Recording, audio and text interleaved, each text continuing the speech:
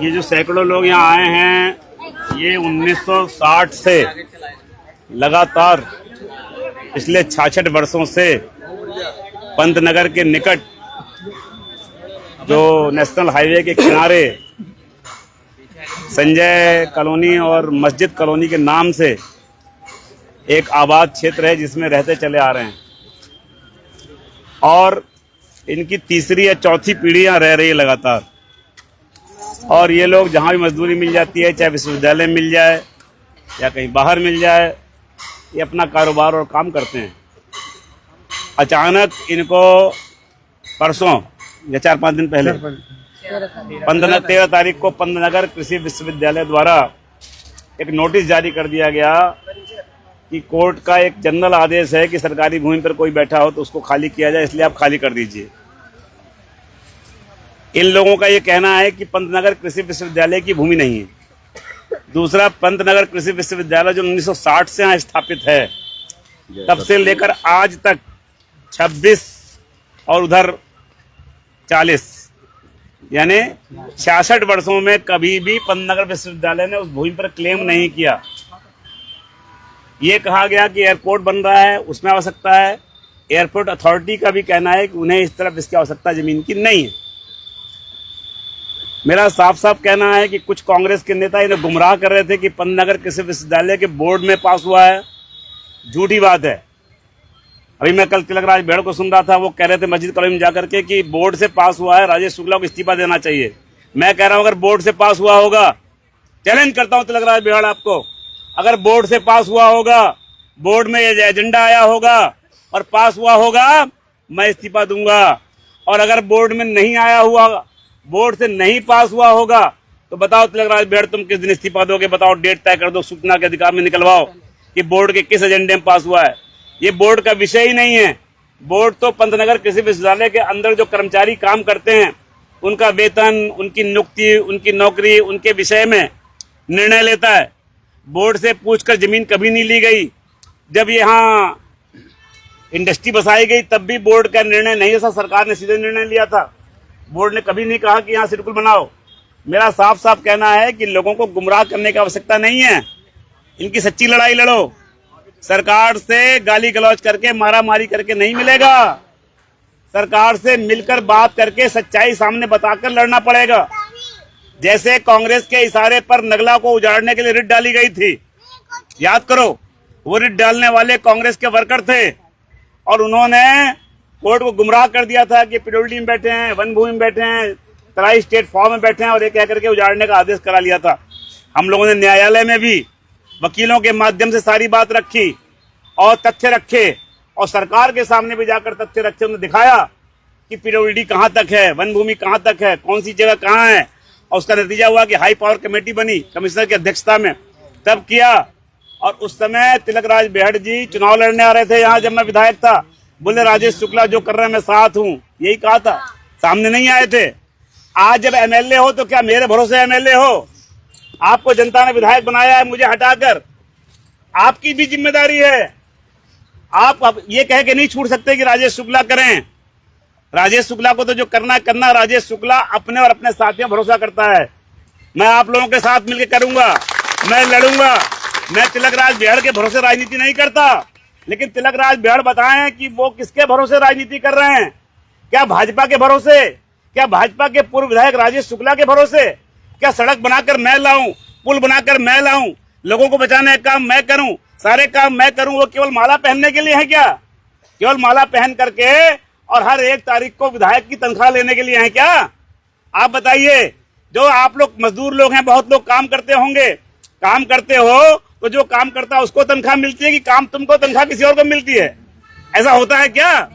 तो अगर उनके बस की नहीं है, इस्तीफा दे दें। मैं कह रहा हूं आज इस्तीफा दे दें, चुनाव करा लो, देख लो कैसी स्थिति में हो, पता चल जाएगा 1 मिनट में।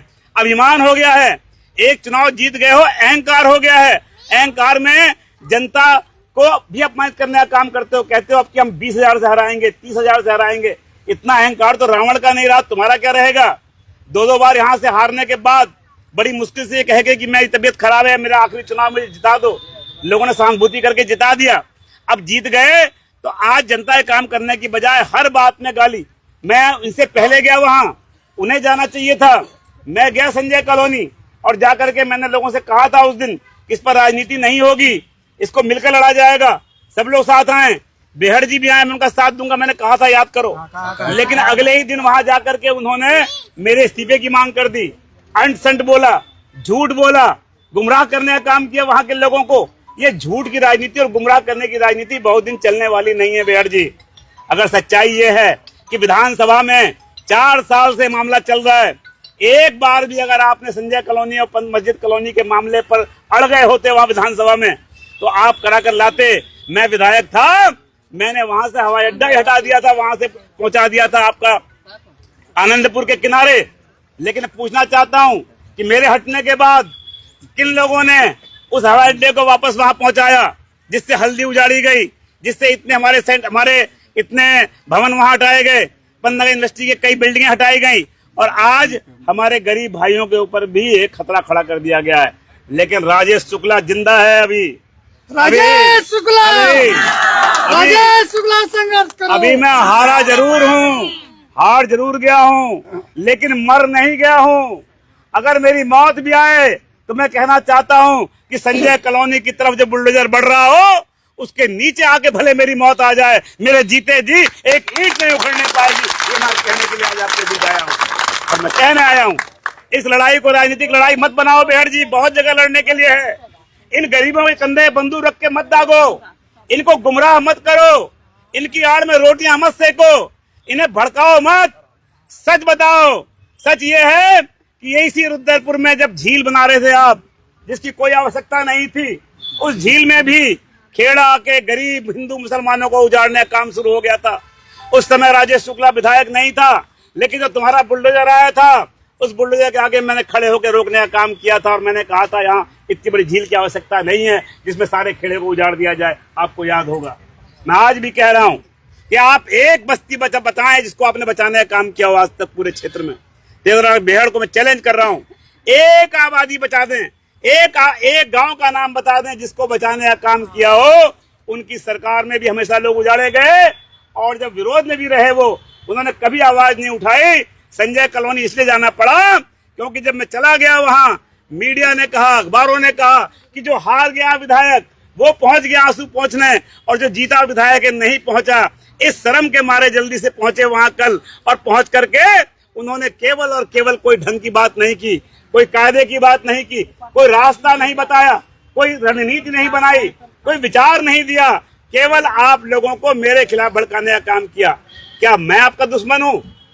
क्या मैं आपको उजाड़ना चाहता हूँ? अरे मैं तो तब आपकी लड़ाई लड़ रहा था जब आपका क्षेत्र मेरी विधानसभा में भी नहीं था। याद करो, जब उत्तराखंड राज्य भी बना था, और जिस समय आपको उठाने की बात हुई थी, नारायण दत्त तिवारी जी मुख्यमंत्री थे, गोपाल कृष्ण द्विवेदी यहीं पर डीएम थे। और याद करो कि उस समय भी आकर के मैंने मुख्यमंत्री उस समय के नारायण दत्त तिवारी जी, श्रद्धेय नारायण दत्त तिवारी जी जो स्वर्गीय हो चुके हैं, हमारे बीच नहीं है, मैं हमेशा उनका स्मरण करता हूं कि उन्होंने हमारी बात सुनी और प्रशासन को कहा कि इसका रास्ता निकालिए, ये गरीब आदमी नहीं हटने चाहिए। और यही वजह रही कि आज तक आप लोग वहां पर बचे रहे। मैं हमेशा लड़ाई लड़ता रहा हूं, हवाई अड्डा ही मैं हटा कर ले गया था, और आज भी कह रहा हूं, जहां तक मेरी चलेगी, मेरी सांस में सांस चलेगी, आप लोगों को ऐसे बेघर नहीं होने देंगे, लड़ेंगे। बेहड़ जी आए, बेहड़ जी विधायक होने के नाते बेहड़ जी आए, उनका स्वागत है, आपकी लड़ाई लड़े, मुझे कोई ऐतराज नहीं है।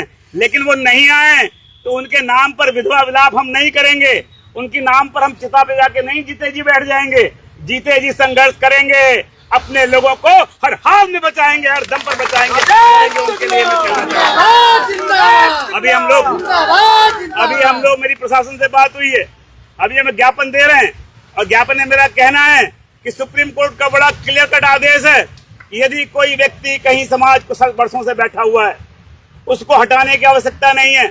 अगर हटाना कहीं लाजमी है, बहुत जरूरी है, कोई ऐसा काम हो रहा है जिसमें उन्हें हटाना ही है, तो हटाने से पहले उनके पुनर्वास की व्यवस्था करनी पड़ेगी। पुनर्वास मतलब केवल जमीन नहीं, पुनर्वास का मतलब केवल जमीन नहीं, पुनर्वास का मतलब जमीन भी और जमीन पर मकान भी। बनमूलपुरा में जहां आपने लोगों को उजाड़ दिया अतिक्रमणकारियों का कह करके, मैं नहीं कहता वो कौन थे क्या थे, वो हिंदू थे मुसलमान थे, मैं झगड़े में नहीं पड़ता, लेकिन सुप्रीम कोर्ट के आदेश पर आज उत्तराखंड की सरकार और भारत सरकार वहां सर्वे करा रही है और सर्वे करा करके वहां पर उनको मकान भी देने की बात हो रही है और जमीन देने की बात भी हो रही है कि नहीं हो रही है? हो रही है। मुझे खुशी है कि वन भूमि में बिंदु खत्ता में हमारे हजारों परिवार बसे हुए हैं, उनकी लंबी लड़ाई चली आ रही है और उत्तराखंड की सरकार को धामी जी को बधाई देना चाहता हूं कि उन्होंने वन भूमि में बैठे हुए बिंदु खत्ता वासियों को भी राजस्व ग्राम दिया जाए, मालिकाना हक दिया जाए, उसकी लड़ाई उन्होंने आगे बढ़ा दी है। भारत सरकार की पैरवी कर रही है उत्तराखंड सरकार। तो जब बनभूल पूरा बचेगा, जब बिंदु खत्ता भी रहेगा, तो संजय कॉलोनी, नगला और मस्जिद कॉलोनी कैसे उजड़ जाएगी? क्यों उजड़ जाएगी? उनको भी हक देना पड़ेगा उसका। ये लड़ाई हम लड़ेंगे, ये ऐलान न करने अभी हम लोग अपना ज्ञापन देंगे अभी कलेक्टर को, और उसके बाद 20 तारीख को इस मामले में मैं माननीय मुख्यमंत्री जी को मिलने देहरादून जा रहा हूं। आपकी कमेटी के जो 10-12 साथी आपने चुने हैं उन सबको लेकर जाऊंगा। माननीय मुख्यमंत्री जी से बैठकर हम चर्चा करेंगे और हर हाल में आपकी लड़ाई को आगे बढ़ाएंगे, आपके साथ अन्याय नहीं होने देंगे। ये भरोसा आज आपको दिलाना चाहता हूं, इसीलिए आज आपके बीच में चुनकर आया हूं, मैं आपके साथ आया हूं। मित्रों, आपका जो एक ज्ञापन आपने दिया उसमें कुछ कमियां थी, मैंने बताया है, उसका संशोधन कर लीजिए। और ये नोटिस जो आया है, इस नोटिस को देने का गोविंद बल्लभ पंत नगर यूनिवर्सिटी को अधिकार ही नहीं। मैं कहना चाहता हूं जिन लोगों ने नोटिस जारी किया उन्हें फिर से अध्ययन करना चाहिए। वो विश्वविद्यालय की भूमि है ही नहीं, विश्वविद्यालय कैंपस के बाहर है और विश्वविद्यालय ने जो जमीन ट्रांसफर की है एयरपोर्ट को अथॉरिटी को, उसमें भी ये जमीन नहीं है जिस जमीन पर आप बैठे हुए हो। एयरपोर्ट अथॉरिटी में भी जमीन नहीं है, यूनिवर्सिटी की जमीन भी नहीं है, वन भूमि भी नहीं है। बंजर हो सकती है, परती हो सकती है, सरकारी भूमि हो सकती है, मानते हैं हम। लेकिन जब सरकार की खुद की पॉलिसी है कि जिसके पास घर नहीं हो, जिसके पास जमीन नहीं हो, उसको सरकार जमीन और घर भी बनाकर दे रही है, रैन बसेरे बनाकर दे रही है, तो जहां लोग बैठे हैं उन्हें भी उजाड़ने की क्या आवश्यकता है? और यदि एयरपोर्ट को चाहिए, मैं कहता हूं मैं सबसे पहले आगे आऊंगा, ले लो, तोड़ दो, कोई दिक्कत नहीं है। लेकिन तोड़ने से पहले बताओ कि कहां जाएगा ये इंसान, कहां जाएगा उसका परिवार, कहां जाएंगे उसके बच्चे, कहां जाएंगे उनके छोटे छोटे बच्चे, उनकी पत्नियां, उनके परिवार के लोग, कहां छत मिलेगी उन्हें? ये जिम्मेदारी भी हमें तय करनी है, हमें इसका निर्णय लेना है। और इसके लिए हम माननीय मुख्यमंत्री जी को भी और आज यहाँ के प्रशासन को बताने आए हैं। आप सब लोगों से गुजारिश है कि आप सब लोग नहीं चलेंगे, जैसे ही वहां से बुलावा आएगा, आप में से जो आपके प्रतिनिधि चुने गए हैं वो लोग हमारे साथ जाएंगे, वहां बात करेंगे और जैसी बात होगी फिर आपको आकर बताएंगे। इतना ही कहने के लिए मैं आया था। कोई मन में शंका प्रश्न हो पत्रकारों के या हमारे भाइयों के या हमारे पीछे बैठे लोगों के, आगे बैठे लोगों के, तो कृपया बताने का कष्ट करें, पूछ सकते हैं मुझसे। शुक्ला जी, कोई सवाल मन में है? 600 परिवार 800 है, पहले करेक्ट करो अपने को। 800 यहाँ के जो लोग बता रहे थे, ये गलत बता रहे हैं, इनको पता नहीं है बहुत बात है। लगभग 60-70 साल से रह रहे हैं। अचानक नोटिस दे दिया जा रहा है, सरकार आपकी है, यूनिवर्सिटी में भी सदस्य है कई लोग, तो एकदम अचानक ऐसा क्या हुआ कि एकदम अचानक नहीं हुआ है, बहुत दिनों से बात चल रही है। पहले एयरपोर्ट अथॉरिटी, इसीलिए एयरपोर्ट को हटाने का काम भी हमने किया था जब मैं विधायक था। मैंने कहा वहाँ एयरपोर्ट की जरूरत नहीं, क्योंकि एयरपोर्ट के विस्तार में वहाँ टीडीसी भी आ रही थी, वहाँ हमारे रिसर्च सेंटर्स आ रहे थे, इसीलिए मैंने उसको यूनिवर्सिटी के सदर्न पार्ट में जो दक्षिणी हिस्सा है वहाँ लाया था, जहाँ 1100 एकड़ जमीन हमने एयरपोर्ट अथॉरिटी के नाम ट्रांसफ़र भी कर दी थी। लेकिन मेरे विधायक पद से हटने के बाद शायद मुझे लगता है ठीक से उसकी पैरवी नहीं हुई, कहीं कुछ कमी रह गई या माननीय विधायक जी ने उतनी चिंता नहीं की होगी, क्या कारण रहा होगा भगवान जाने। ये ज़मीन वापस एयरपोर्ट वहाँ चला गया। अब एयरपोर्ट की आड़ में यूनिवर्सिटी के कंधे बंदूक रख के दागी जा रही है। जब यूनिवर्सिटी की ज़मीन ही नहीं है तो यूनिवर्सिटी को आवश्यकता ही नहीं है इसमें नोटिस देने की। यूनिवर्सिटी को साफ साफ कहना चाहिए कि हमारी ज़मीन नहीं है और हमारा इससे कोई मतलब नहीं। लेकिन क्यों यूनिवर्सिटी से जारी कराया गया, क्या इसके पीछे का कारण है, इन सब कारणों की तफसील हम जाएंगे। मैं प्रबंध परिषद का सदस्य हूँ, लेकिन प्रबंध परिषद के समक्ष कभी ये विषय विचार में नहीं लाएगी। मैं ही नहीं हूँ, मेरे जैसे 11 मेंबर और हैं। सिरोड़ा जी भी हैं, हमारे लाल कुआं के विधायक जी भी हैं, पूर्व विधायक सिंघल जी भी हैं, कई साइंटिस्ट हैं, कई हमारे और लोग हैं, समाज से भी महिलाएं हैं, सब मिलकर बोर्ड बनता है। बोर्ड में कभी भी ये विषय नहीं आया और बोर्ड में अतिक्रमण का विषय आता भी नहीं है। मैं तो मुझे लगता है तिलकराज बेहड़ जी बहुत पढ़े लिखे, बहुत विद्वान, बहुत ज्ञानी और बहुत अनुभवी नेता हैं। उन्हें पता होना चाहिए कि बोर्ड में ये विषय नहीं आया है। अगर फिर भी अगर वो मुझे चैलेंज कर रहे हैं, इस्तीफे की मांग कर रहे हैं, तो मैं बड़ी विनम्रता से कह रहा हूँ कि बोर्ड में अगर ये पास हुआ होगा, बोर्ड में एजेंडा आया होगा मेरे समक्ष, तो मैं इस्तीफा दूंगा। और अगर बोर्ड में नहीं आया होगा, मैंने पास नहीं किया होगा, तो क्या तिलक राज भैड़ इस्तीफा देंगे? नहीं देंगे।